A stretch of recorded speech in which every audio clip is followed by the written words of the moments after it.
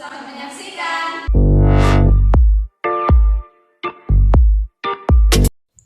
Pengertian agama. Kata agama berasal dari bahasa Sanskerta yang secara umum berarti suatu tradisi, di mana a artinya tidak dan gama artinya kacau, kocar-kacir, dan berantakan. Jadi, jika dilihat dari asal katanya, definisi agama adalah suatu pengaturan yang dapat menghindarkan manusia dari kekacauan dan mengarahkan manusia menjadi hidup lebih teratur dan tertib untuk mencapai tujuan tertentu dengan baik. Artinya bahwa agama merupakan suatu kebutuhan dasar manusia karena agama disebut sebagai sarana untuk membela diri terhadap segala sesuatu atau terhadap segala kekacauan hidup manusia, sehingga hampir semua masyarakat memiliki agama. Akan tetapi, banyak konflik yang terjadi akibat keangkuhan manusia yang membawa agama sebagai kepentingan pribadi, kelompok, dan golongan. Agama juga dipandang sebagai sumber moral dan nilai, sedangkan di sisi lain dianggap sebagai sumber konflik. Konflik terjadi atau muncul karena ulah manusia itu sendiri. Oleh karena itu, hal mengenai agama sebagai salah satu faktor konflik akan dilihat dari segi penganut agamanya dan bukan dari agamanya. Untuk mengidentifikasikan timbulnya konflik tersebut, penganut suatu agama yang dimaksud di sini adalah manusia itu sendiri, dan tentunya setiap penganut memiliki perbedaan pendapat dalam menginterpretasikan pemahaman agamanya sesuai dengan kemampuan masing-masing pribadi, sehingga akibat dari perbedaan pemahaman tersebut dapat menimbulkan akar konflik yang terjadi di masyarakat. Baik, saya akan menjelaskan tentang pengertian budaya. Budaya berasal dari dua bahasa, yaitu bahasa Sanskerta dan juga bahasa Inggris. Nah, yang pertama yaitu bahasa Sanskerta.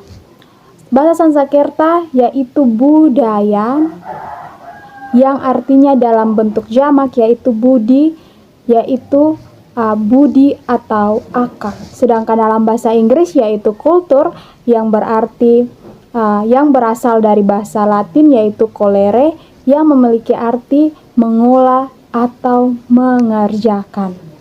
Jadi dapat disimpulkan bahwa pengertian budaya adalah salah satu cara hidup yang berkembang dan dimiliki bersama oleh sekelompok orang serta diwariskan dari generasi ke generasi. Budaya terbentuk dari berbagai banyak unsur, yaitu adat istiadat, agama, politik, pakaian, perkakas, seni, bangunan, dan masih banyak lagi. Budaya merupakan pola hidup menyeluruh dan bersifat kompleks, abstrak, dan luas. Demikian penjelasan saya. Baik, selanjutnya kita akan masuk pada hubungan agama dan kebudayaan. Hubungan agama dan budaya merupakan hubungan yang kompleks dan tidak sederhana. Keduanya merupakan unsur yang berbeda, namun tidak dapat dipisahkan satu dengan yang lainnya. Agama sendiri berisi tentang ajaran-ajaran yang berasal dari wahyu yang datangnya dari Tuhan sebagai tuntunan bagi manusia untuk menjalani kehidupan, sedangkan kebudayaan sendiri merupakan hasil karya, rasa, dan cipta manusia yang sangat dipengaruhi oleh faktor-faktor di sekelilingnya. Nah, agama sendiri tidak bisa menghindari diri dari perjumpaannya dengan kebudayaan. Dalam hal ini, gereja akan terus bergumul dan berjumpa dengan kebudayaan.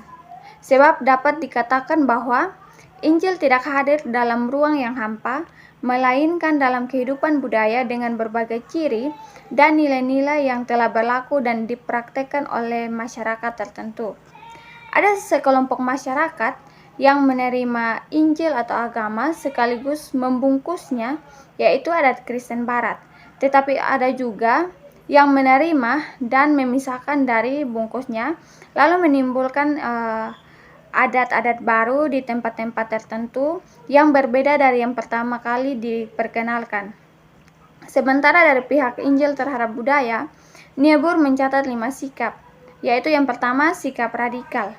Nah, sikap radikal ini mereka tidak mengakui bahwa adanya hubungan antara iman dan budaya. Sebab menurut mereka iman datangnya dari atas atau dari Tuhan, kemudian budaya ini datangnya dari bawah atau dari manusia. Nah, yang kedua adalah sikap akomodatif, yaitu sikap yang kebalikan dari sikap radikal. Di sini mereka berpendapat bahwa tidak ada pertentangan sama sekali di antara iman dan kebudayaan. Nilai-nilai yang menjadi dambaan masyarakat dianggap sebagai nilai-nilai yang juga dikejar dalam penghayatan iman. Kemudian yang ketiga yaitu sikap sintetik, yaitu sikap yang sebenarnya merupakan bagian dari sikap akomodatif. Dalam sikap ini, baik agama maupun kebudayaan diterima dalam suatu kesatuan yang saling mengasihi. Kemudian yang keempat, sikap dualistik. Sikap dualistik ini diambil dari sikap tradisional oleh gereja-gereja Lutheran. Mereka mengakui bahwa mereka hidup dalam dua dunia, antara kerajaan Allah dan masyarakat, tetapi di antara kerajaan Allah dan kehidupan masyarakat tidak ada hubungannya sama sekali. Kemudian yang kelima yaitu sikap transformatif, yaitu sikap dalam tradisi Calvinis. Dalam sikap ini dipahami bahwa ada pertentangan antara Injil dan kebudayaan. Kebudayaan dilihat sebagai yang telah jatuh ke dalam dosa karena ulah manusia. Nah, dengan demikian dapat disimpulkan bahwa agama dan kebudayaan memiliki hubungan yang sangat erat. Perjumpaan agama dan kebudayaan selalu berada dalam satu pergumulan dan ketegangan yang dinamis, yaitu satu perjumpaan yang take and give. Baik, di sini saya akan menjelaskan tentang hubungan kebudayaan dan agama. Dari suku Sabu kita ambil di mana ada upacara Hepo berkaitan dengan ritual upacara berkaitan dengan kelahiran anak untuk memohon perlindungan dan juga keselamatan. Untuk masyarakat Sabu yang sudah memeluk agama Kristen seharusnya meninggalkan ritual ini karena mereka sudah meninggalkan agama Kristen, tetapi sulit untuk mereka meninggalkan karena mereka menganggap agama Kristen itu hal yang asing. Dengan upaya kontekstualisasi diharapkan agar gereja melihat nilai-nilai luhur yang terkandung dalam upacara Hepo sehingga dapat dijadikan sebagai sarana untuk pekabaran Injil di tengah-tengah orang Sabu. Terima kasih.